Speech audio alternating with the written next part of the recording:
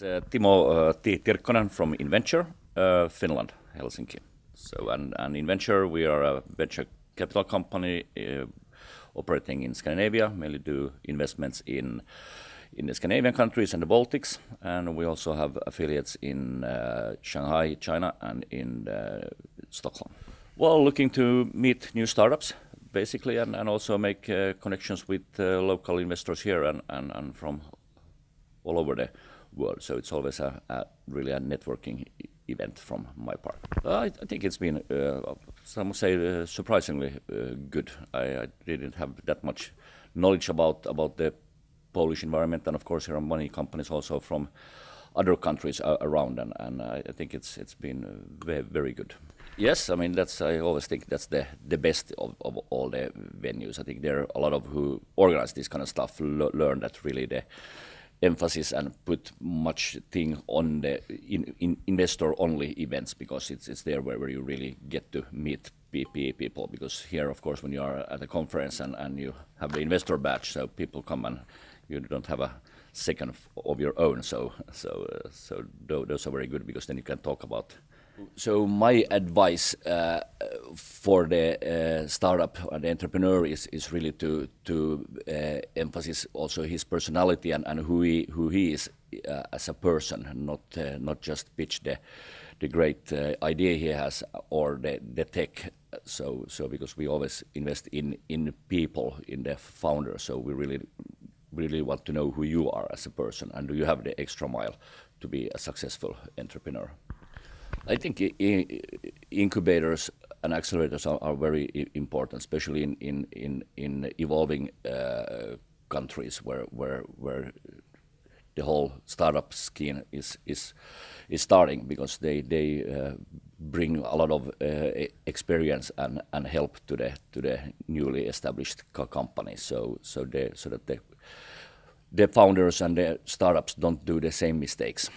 The perfect team, I think it's there should always be 2, maybe 3 founders in the team, and they all should have different skills. So I think from our part a big no-go if there is 3 very tech founders, because then they all think the same, and we also get many request that you come and invest, and then because you then can take care of the business side. We are good in tech, and usually those teams don't really succeed. So I mean, you could say that you should have always a very good engineer, 1 finance guy, and 1 lawyer would be maybe like a perfect. It's like in ice hockey. You have to have 1 who knows how to pass, and 1 to shoot goals, and 1 who defends the goal. So the startup community in Scandinavia is very alive. As I said yesterday on the stage, since we have the most unicorn in the whole world in Scandinavia. I think we have like 12 now on the what's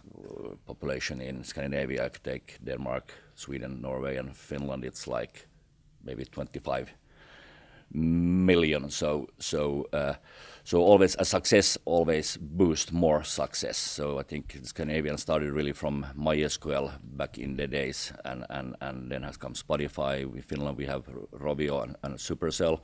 Supercell, I mean, I think it's a success story in global terms even, because it got from 0 to 1.5 billion in revenue in 4 years. I think nobody else has done it even close. So it's a very alive and a lot of business angels. So those who have become mega millionaires are again helping. So we have the same thing as in Silicon Valley, that you want to give back to the community, and I think it's that would be very important for the Polish environment also to get a very successful case, because that will boost more.